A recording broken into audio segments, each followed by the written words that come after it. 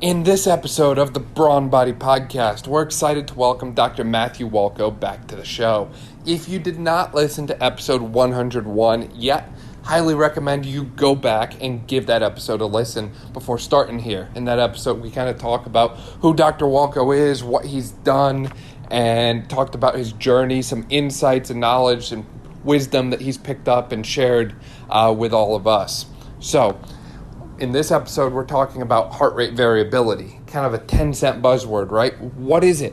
What does it mean? How can I track it? How can I improve heart rate variability? And I figured who better to have on the show to talk about this than someone who has literally researched it for years and years and years. Dr. Walko really knows his stuff, and this is an incredible episode that should leave you with a good understanding of what you can start doing to improve your heart rate variability and your overall health, what HRV is and how you can track it and measure it at a relatively low cost using some cool devices, and overall just a better understanding of your health and how you have the ability to make positive impact on your health every single day, little by little, small changes. As always, our episodes are sponsored by CTM Band, Compression Tension Movement. This is my favorite recovery band and recovery company. So they make rumble rollers and these really cool compression tension movement bands, kind of like flossing with a deep tissue massage effect. I really like their products, and I'm not the only one. They're used by NFL players, by Kentucky Derby winning horse jockeys, by Boston Marathon champion runners, and so many more people. Their founder, Dr. Kyle Bowling, is an incredible person. We've had him on the podcast a while back. We talked about his business journey. We talked about his journey through school. We talked about mobility and stability and a lot of other cool concepts. So go back and listen to those episodes if you haven't yet. But if you would like to get yourself some of their recovery products, you can click the link below or just go to ctm.band, that's the website, and check out their website, figure out what you're going to buy, and then use the coupon code BRAWN10, BRAWN10. That's going to get you 10% off your order from CTM Band. As always, our episodes are also brought to you by the Brawn Body training programs, right? So our business is not just a podcast. We also do a lot of health and fitness training for people. We do consultations. We do movement screenings. We'll do overhauls of programs. We'll do custom programming. We do in-person. We do online, virtual. You name it, we've probably done it before. We've worked with people who want to lose weight and drop belt sizes. We've worked with people who want to get ready for the military. We've worked with sports-specific athletes. We've worked with former athletes. We've worked with people across all ages of life. So we're happy to make you our next success story.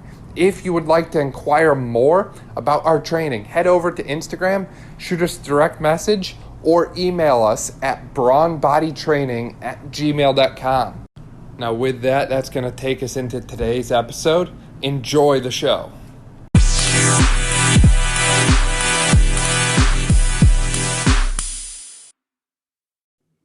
Dr. Walko, welcome back to the show. Excited to have you. Thanks, Dan. It's great to be back. So I know we've talked before. A lot of your research is really focused on heart rate variability, HRV. Can you kind of explain what that is and why it's so important?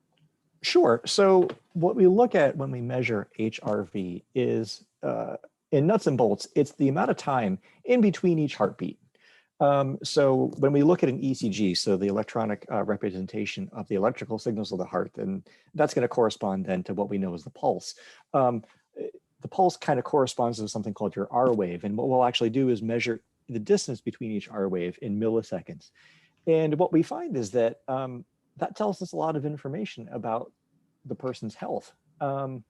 It's kind of interesting. We tend to think of the heart being such a rhythmic, very steady sort of organ, particularly when we're at rest. But really, a healthy heart is supposed to kind of have an up and down variation. So it should have that variation, that heart rate variability should be pretty big. My dad's an old car guy. He's been a mechanic since long before I was born. And, I grew up helping him fix cars. And it's kind of funny. We tend to think of today's cars being the fuel injected cars that run so smoothly. And when you're sitting at idle, waiting for, whatever's next in line at the stoplight, it runs perfectly at, 800 RPM. Well, your heart doesn't do that if you're healthy. What it actually should do is be like an old carbureted car. It should kind of race a little bit and then chill out a little bit and kind of go up and down. It's a little bit like, I liken it to taking somebody's temperature. When you look at somebody and they say, all right, you've got a relatively normal temperature versus having a fever, we can actually use HRV in the same way, but it of course tells us some different information. So really what we're looking at driving HRV is the balance between your parasympathetic system and your sympathetic system. And that's kind of putting it very simply. But what we need to remember is that your body is used to being a cave person. We are certainly now, I'm indoors here, I'm in climate control, I'm not being attacked by anything. But really, the bottom part of our nervous system, we've been built to run away from the saber-toothed tiger and to go track down dinner. So we have to be ready for anything at any time. So we've got to be able to take advantage of being able to rest when we can, and we've got to be able to turn on that sympathetic system and run away or run towards something at a moment's notice. Healthy people are able to do that, and we can look at that evidence in the HRV at rest. For sure. It's kind of like having the ability to go 0 to 100 and 100 to 0 in, blink of an eye. And like you said, those daily fluctuations are normal. It's good. It shows that you have this kind of balance and battle between your sympathetic and parasympathetic nervous system. And one is not too dominant over the other. It's not too controlling, so to speak, because when one takes over and things go out of balance, that's when problems start to arise most of the time.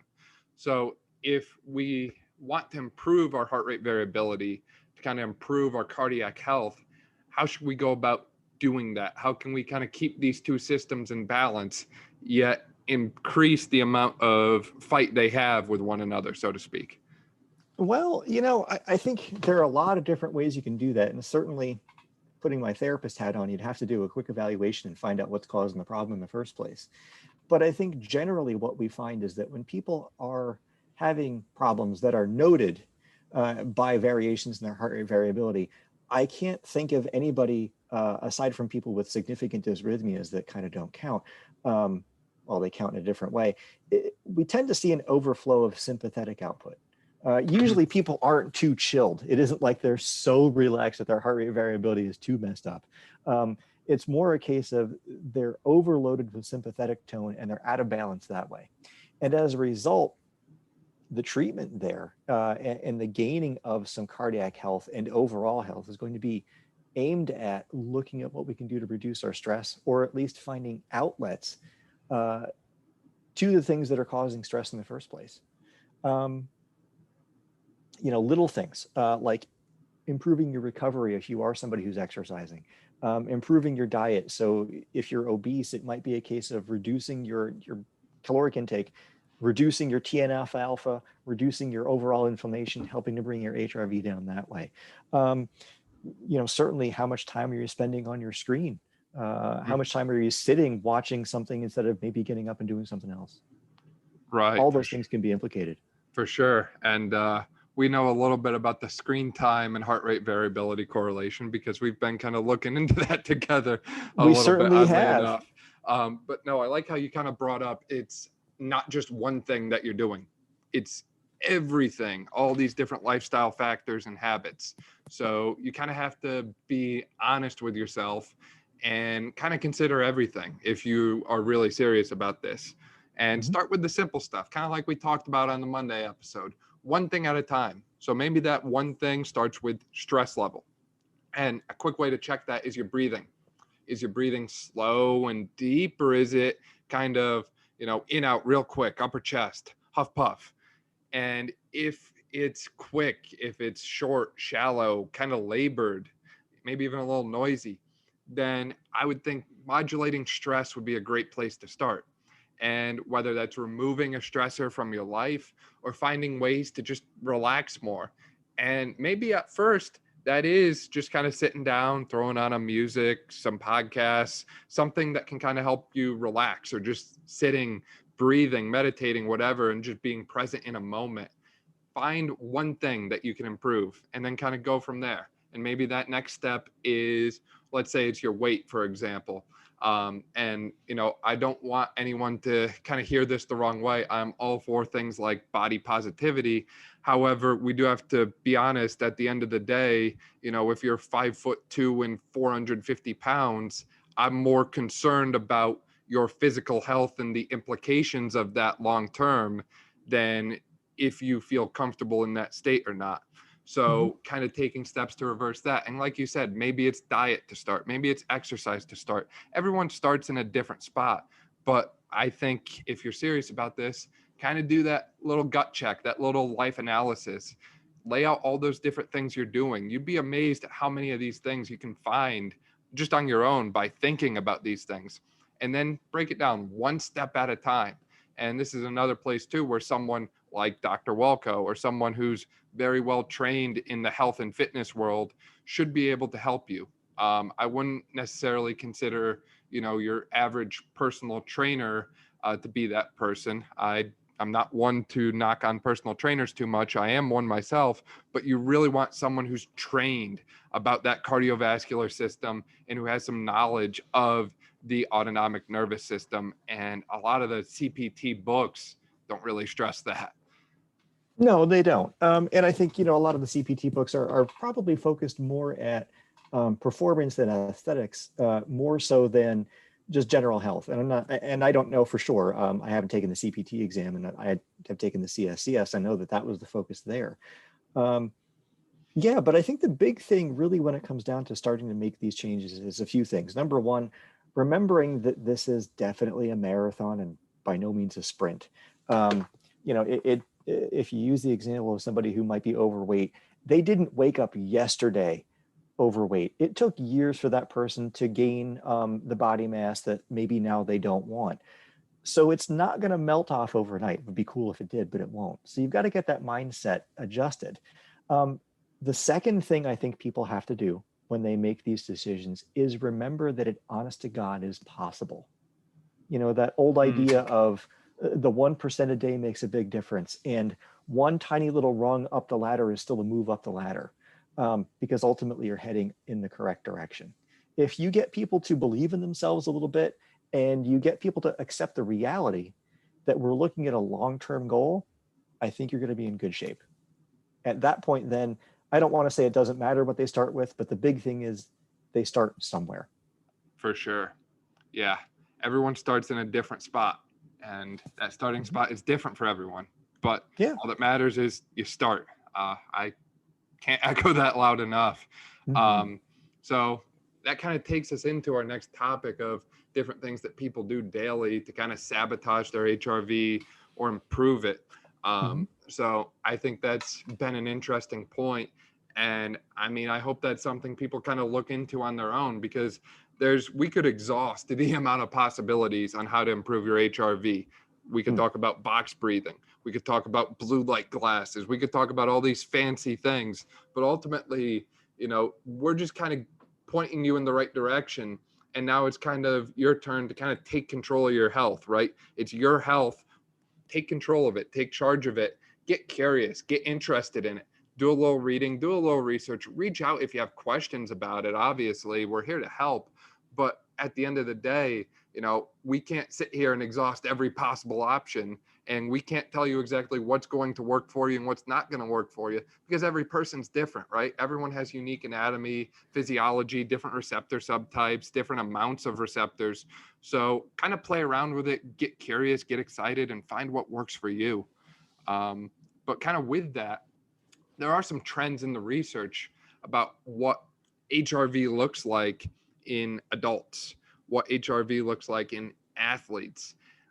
What have you noticed about HRV in the average American adult as far as the research goes, and maybe what it looks like in the higher level athletes? I think generally, and I'm going to be terrible about citing specific studies at the moment. When you read that much, some stuff doesn't tend to stick out. But I think the trend is that certainly people that are performance-based and tend to be more athletic as a trend tend to have better HRV, if you want to call it that. And when we look at that concept of better versus worse, we're looking at a better variation, a higher variation, as opposed to a lower variation when we measure that at rest. Typically that corresponds with a lot of the lifestyle choices that athletes might be making. They tend to be more focused on nutrition. Certainly, they tend to be more focused on cardiovascular fitness, strength fitness. Now, one of the things that I haven't seen data on, but I would be curious to look at, would be the people that are at the extremes of performance. And I wonder, those folks that are riding the edge, right at the envelope of high performance, pushing into overreaching and then overtraining, I would imagine that their HRV might start to suffer somewhat. Maybe not to the extent that the quote average person who has abnormal HRV or has an unhealthy level, but I would imagine it's probably closer than somebody who's got a good level of fitness, a good level of muscular fitness, well trained aerobically, takes good care of themselves, but doesn't push to the ragged edge. Right, for sure. I like how you kind of brought up that point on overtraining, overreaching, right? Exercise is good. We can talk all about that, but you can overdo it. And there's certain signs that you should kind of look out for if you're overtraining. If you start waking up with extreme muscle soreness, fatigue, just overall disinterest in things, maybe you're pushing too hard for too long. And if that's starting to happen, you're going to do more harm than good. I like how you point out that, exercise is a great thing. We love to do it, but there's a point where things have diminishing returns. I know you also teach pharmacology, and in pharmacology, one of the things that's stressed is minimum effective dose and therapeutic window. So when you dose a medication, there's a certain range that's the sweet spot. And if you go less than that, you get no effect. And if you go too high, you get too many harmful side effects. And exercise, as it relates to heart rate variability, works the same way, for lack of a better way to put it. If you go too much, it has detrimental effects. If you don't do enough, you're not going to get any effect. So you kind of have to find that Goldilocks zone, that middle ground. And if you can do that, whether you're an elite athlete or an average person, you're going to see positive effects that continue to compound over time. And, that's why people like elite athletes, like take Tom Brady, for example, they take their recovery so seriously for a reason. They know about that overtraining effect and they avoid it like the plague. Not meaning to make a COVID reference there, but but it's true. No, I think that's what a lot of athletes sometimes forget. You provide the stimulus for improvement in the gym, on the track, on the road, but you're building muscle tissue. You're improving your body when you're sleeping and in the kitchen. And if you don't have that balance, if you're not recovering, oh my gosh, you could work as hard as you want to in the gym. You're not going to make any progress. Yeah, for sure. And I think that's kind of going into exercise phys a little bit real quick. That's something that people don't always recognize, right? Exercise, the act of doing it, breaks down muscle. It doesn't build it right away, right? After you finish exercise, your muscles kind of resemble Swiss cheese. They're kind of beat up, torn up, and they need time to recover and replenish. That's why we emphasize the importance of sleep, of stretching, of movement, of, adequate protein intake, that sort of thing.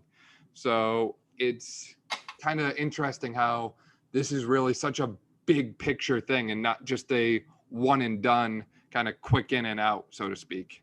Absolutely. Yeah. And something else that I often think of, and this is maybe my old age starting to show, but if you look around to the people that tend to be the healthiest as they get older, if you look at the folks that are in the gym who are consistently there all the time over years, and they're still there, they're the ones that are figured out how to push hard enough to make a difference, to make themselves happy, to improve the performance that they want. But they're not driving themselves nuts. They give themselves adequate rest and recovery, and they also know when to pack it in and go home. But like I said, something else to think about is they're the ones that are there consistently, day to day, week to week, month to month, year to year. So much of that improvement is just hallmarked by consistency. For sure. And that consistency looks different for everyone. For some people, consistency is running 7 miles a day. For other people, consistency is getting up and going for a walk. And we've touched on this time and time again. it looks different for everyone. Everyone starts at a different place, but just getting up and doing something is so much better than just writing the day off and giving up. Mm-hmm. Yeah, and we talk a lot about gut checks, and I think when people are trying to figure out are they working hard enough, often when you are somebody who's performing, you're driven to perform. I think most people, if they're able to ask themselves, did I work hard enough? And maybe they didn't quite push it as hard as they could have. I think in your heart of hearts, if you're honest with yourself at the end of the day, at the end of that workout, at the end of that run or whatever, if you feel like you gave it all, you're going to be confident in that if you're able to assess yourself, particularly once you've had some experience doing it. If you walk away going, oh, I could have gotten that other rep, well, maybe you could have put it in. For sure. Yeah. At that kind of self-honesty, and that's something that kind of comes too with time and experience, right? You don't go out on a run day one and know exactly where your barriers and limits are. It kind of comes with repetition and experience. So the more you do it, the more you're going to kind of learn, hey, I can kind of work here, hey, I need to tone it down a little bit here. And one of the things that you actually have taught us quite a bit about is the RPE scale, rating of perceived exertion scale. And basically, when you're doing something, just rate it on difficulty 0 to 10. And you'll kind of figure out over time where those limits are, especially if you track those numbers, right? This is something that Tim Ferriss is huge on. He talks a lot in his book, 4 Hour Body, about tracking numbers. And he uses Microsoft Excel or Google Sheets or one of the ones like that. I think they're free on the internet. I think Google Sheets is anyway. So there's not even a cost to do this, just a little time investment. Write down whatever your activity was and write down your rating of perceived exertion and kind of look how that changes over time. And then maybe add another layer to it. Maybe add sleep. So maybe you slept 7 hours one night, you did a 3-mile run and your RPE was a 5. Maybe the next day you go on that same 3-mile run, but you only got 4 hours of sleep and your RPE is a 9. So just by keeping track of some basic numbers here, you're going to see how everything starts to connect. And I know this episode is about heart rate variability. All these things we're talking about impact heart rate variability. Your sleep, absolutely. Your perceived exertion, how hard you're working, the amount of cardiovascular exercise endurance you're doing. So it all kind of funnels right back into that picture of HRV. It's just kind of getting a little more specific into the nitty gritty details of how to work on it and not just staying at that 30,000 foot view, so to speak. Absolutely. And to parallel that, I think you bring up a good point. I kind of look at this like taking your temperature. And, one of the things we do, you get out of bed every morning and you kind of go, oh, how am I feeling today? You kind of do that when you're standing there brushing your teeth in the morning. HRV is a nice way that you can track it, honestly, with your phone, and they're fairly reliable, or at least consistent, to give you a number that you can track and say, look, this is how my HRV looks today. Oftentimes, I know that Apple and some other devices honestly will track that through your watch, and you can get readings on a daily basis. So if you were to look at that over the course of a few months and then tie that into a few of the other things that you track, you might be able to find some trends. For sure. Little things like, oh, gee, finals week, my HRV kind of stunk. Well, no surprise there. Right. Maybe that's a bit of an extreme example, but that might help the person who is going through different mesocycles of periodization training, perhaps. Yep, for sure. Kind of on that HRV device topic, have you found that one device is superior to the others right now? There's so many out there: Oura Ring, Whoop, Apple, Garmin, you name it. Is one more accurate, or are they still kind of got a way to go? I think I haven't seen the current OS data. So, I mean, last time I checked really in depth was a little while ago, and all the manufacturers has published that, that they're fairly reliable. But what I can say is that I've used a couple different devices and seen a couple different devices, and they've given me close numbers, but not exactly the same numbers in the same person. So I think we still have a bit of a ways to go. That being said, all the devices that are out there that have been approved to be used, I mean, they're solid. They've passed rigors of manufacturer's tests. So really, I kind of liken this to your bathroom scale. You might be 182 pounds upstairs in the bathroom, and you go to the doctor's office and they say, nope, you're 184 and you're wearing the same clothes. Okay, fine. but are you consistently 182 the next morning in your bathroom? Are you consistently 184 at the physician's office? Take the same approach. If you're about the same number every day on your HRV device, whichever one you're using, I think that's good enough. Yeah, for sure. Just kind of pick a device, stick with it every day, and maybe even check at the same time. You mentioned the bathroom scale analogy. It's going to fluctuate throughout the day.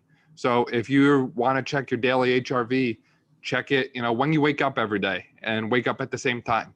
That'll be your most consistent reading every single day. Not, check it at 6 a.m. one day and 10 a.m. the next and 5 p.m. the next.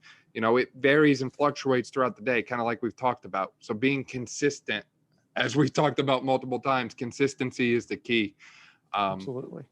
And all of these things that we've talked about, optimizing heart rate variability, HRV, if you have good heart rate variability, then your likelihood of having something called cardiovascular disease, heart disease, is a lot lower. Heart disease is a huge problem in America. It's the number one killer in our nation.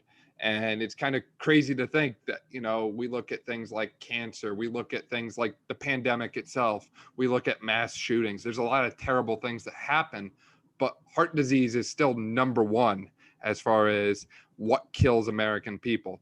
And heart rate variability, as we've talked about, is kind of poor in a lot of our population from what we're seeing, right? We can look at the daily lifestyle habits of most Americans. There was a study, it was in a book that was published by Mike Matthews in 2018. I forget the exact study name right off. I think it was done by NYU that looked at the amount of screen time someone spends every day. And looking at television and computer screens and all these different screens, the average American spends 8 hours a day on all their different screens. That has a huge effect on heart rate variability. So we can kind of hypothesize where we are as far as cardiovascular electric health is. So kind of combining everything that we've talked about thus far, what steps should we start taking to kind of reverse this slope of heart disease? Because the numbers keep getting worse. And instead of going into tertiary, secondary prevention, I think it's time we kind of shift it to more of a primary prevention. Let's cut things at the roots kind of focus, because what we've been doing clearly isn't working. For a lot of folks, it hasn't. No. And I think just like anything, there are tons of complex interactions that I think combine to give us what we see as the overall average American, if that makes any sense. But to answer your question, I think, going back to what we talked about before, accept that you can make some positive changes, accept that it's going to be a marathon run of change, because your heart's got to beat every time until you decide to leave the planet or until somebody calls you home.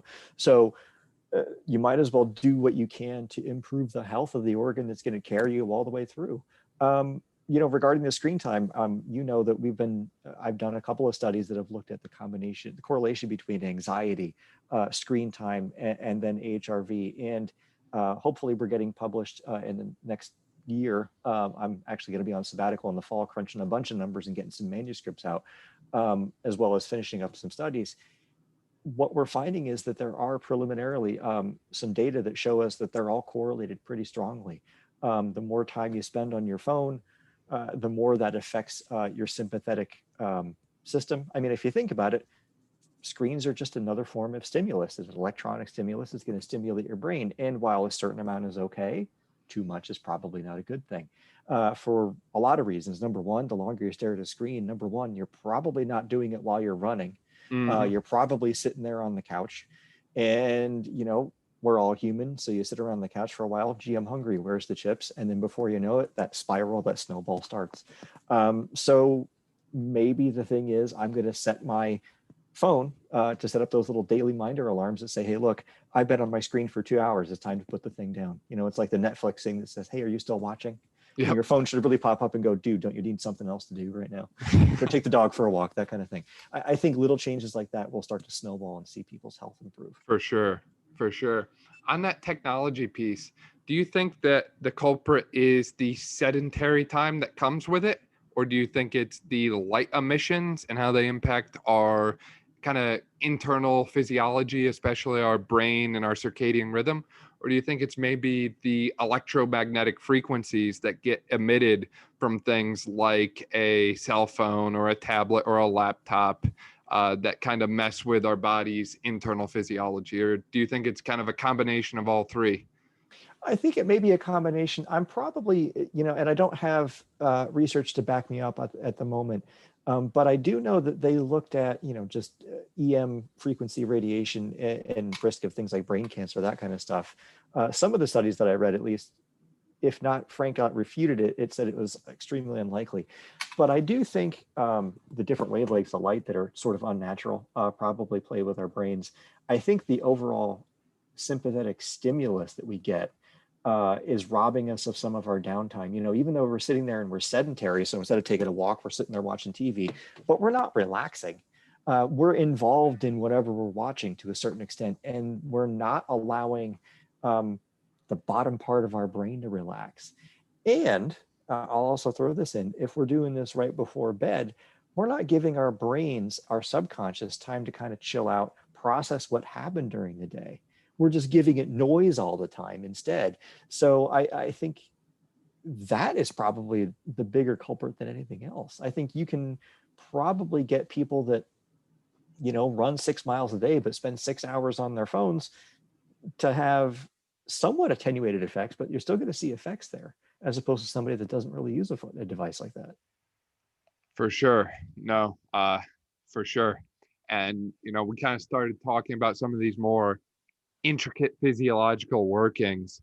And there's a lot more here that we could kind of peel back if we had the time. Things like PGC1 alpha and AMP-K balance, and how things like mitochondrial density can impact our cardiovascular health.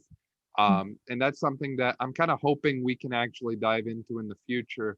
I'm hoping to get Dr. Walko, Dr. Hussey, and some of our other distinguished guests who have researched metabolic health, cardiovascular health. I'm hoping to kind of get everyone together for a little bit of a summit, for lack of a better way to put it, on how to optimize your metabolism, your metabolic and heart health. So kind of stay tuned for that. We're in the preliminary kind of planning phases, but hopefully in the near future, we can kind of put something together and kind of geek out into some of this more intricate, complex stuff and get lost in the weeds a little bit there. But with that, Dr. Walko, do you have anything else that you'd like to share kind of about heart rate variability and cardiovascular health? I think if I could leave somebody with a lasting message, it would be to make sure that you keep it simple. Yeah. I've often said, and you've had me in class, Dan, when it comes to an exercise program, everybody asks about what's the best exercise program I should do? What's perfect for me? And my answer, carte blanche, is the one you'll actually do. Mm-hmm. Because you could have the coolest exercise program in the universe with all these fantastic intricacies, and you're like, I never do it. It isn't going to work. It's like having a car that you never take out of the garage.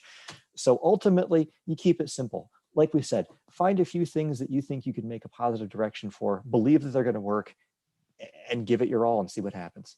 Yep. And you don't need access to a gym to do that. You don't need fancy equipment to do that. And your workout might not even be what we consider traditional exercise, right? It might not be running. It might not be biking. It might be things like breath work and breathing. It might be things like postural correction.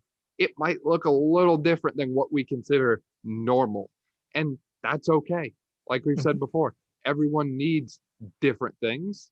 And as long as you stick with it, as Dr. Walko just said, you will succeed with consistency. We run into this problem a lot with periodization. We mentioned before, you have a CSCS. NSCA is huge on periodization, right? Cycles.